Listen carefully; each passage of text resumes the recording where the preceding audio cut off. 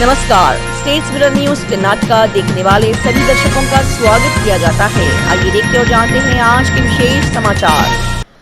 5 बार के कांग्रेस विधायक और पूर्व मंत्री यूटी कादर को बुधवार को सर्वसम्मति से विधानसभा अध्यक्ष चुना गया। श्री कादर विधानसभा के 23वें अध्यक्ष हैं और कर्नाटक में इस पद पर आसीन होने वाले पहले मुस्लिम हैं। नई संसद के उद्घाटन का बहिष्कार करने के अपने इस इरादे की घोषणा करते हुए कांग्रेस सहित 19 विपक्षी दलों ने बुधवार को एक संयुक्त बयान जारी किया और कहा कि लोकतंत्र की आत्मा को संसद से चूस लिया गया है। एक नई इमारत में कोई मूल्य नहीं है। उनकी प्राथमिक आपत्ति प्रधानमंत्री नरेंद्र मोदी द्वारा स्वयं भवन का उद्घाटन करने के फैसले के खिलाफ है। पूरी तरह से राष्ट्रपति द्रौपदी मुर्मू को दरकिनार किया गया, जिसके बारे में विपक्ष ने कहा कि यह न केवल गंभीर अपमान है बल्कि प्रजातंत्र पर एक हमला है। श्री पाटिल और श्री सुरेश सचिवालय के तीसरे तल पर उस समय आमने सामने आ गए जब कॉन्फ्रेंस हॉल में कांग्रेस विधायक दल की बैठक चल रही थी।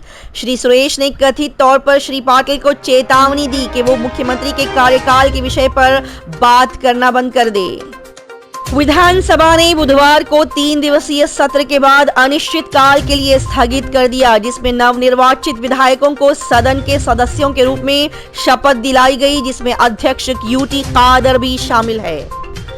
25 से अधिक बुद्धिजीवियों के एक समूह ने मुख्यमंत्री को एक पत्र लिखा है, जिसमें बागलकोट जिले के इलकल में कॉलेज द्वारा अपने छात्राओं को फिल्म द केरला स्टोरी देखने के लिए बाध्य करने की निंदा की गई है।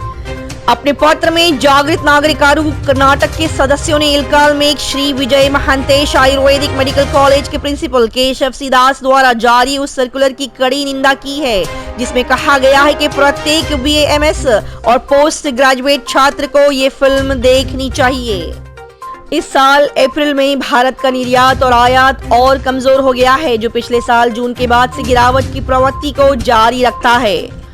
अप्रैल में निर्यात की तुलना में आयात में अधिक गिरावट आई है, जिससे व्यापार घाटा कम हुआ है। निर्यात में गिरावट व्यापक थी, जिससे अधिकांश प्रमुख वस्तुएं प्रभावित हुई हैं।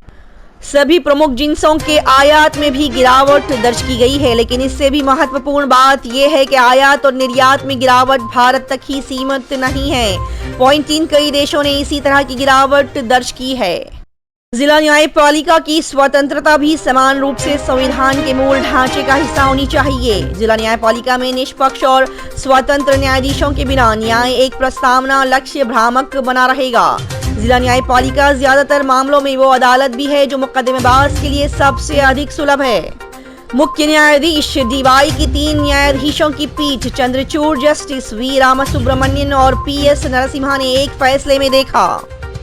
भारतीय रिजर्व बैंक RBI के गवर्नर शक्तिकांत दास ने बुधवार को कहा कि 2022-23 में भारत की GDP वृद्धि 7% के अनुमान को पार कर सकती है, जबकि खुदरा मुद्रास्फीति इस महीने में 4.7% से नीचे जाने की संभावना है। कांग्रेस ने राज्य का दौरा करने के बाद बुधवार को कहा कि प्रधानमंत्री नरेंद्र मोदी को मणिपुर में शांति बहाल करने के लिए मेती और आदिवासी समुदायों के नेताओं के बीच तुरंत बातचीत शुरू करनी चाहिए। पार्टी के वरिष्ठ नेता अजय कुमार ने कहा कि चरमपंथियों ने राज्य में कटहा पर कब्जा कर लिया है, जिससे दोनों समुदाय विभाजित हो गए हैं। भाजपा के वरिष्ठ नेता सुब्रमण्यम स्वामी ने बुधवार को कांग्रेस नेता राहुल गांधी द्वारा दिल्ली की एक अदालत में नया पासपोर्ट जारी करने की मांग वाली याचिका का विरोध किया है। श्री गांधी ने 26 मार्च को एक सांसद के रूप में अपनी अयोग्यता के बाद अपना राजनयिक पासपोर्ट सरेंडर कर दिया था, जब सूरत की एक अदालत ने उन्हें मोदी उपनाम वाली टिप्पणी पर आपराधिक मानहानि के मामले में दोषी ठहराया था। देखते रहिए स्टेट्स मिरर न्यूज कर्नाटका।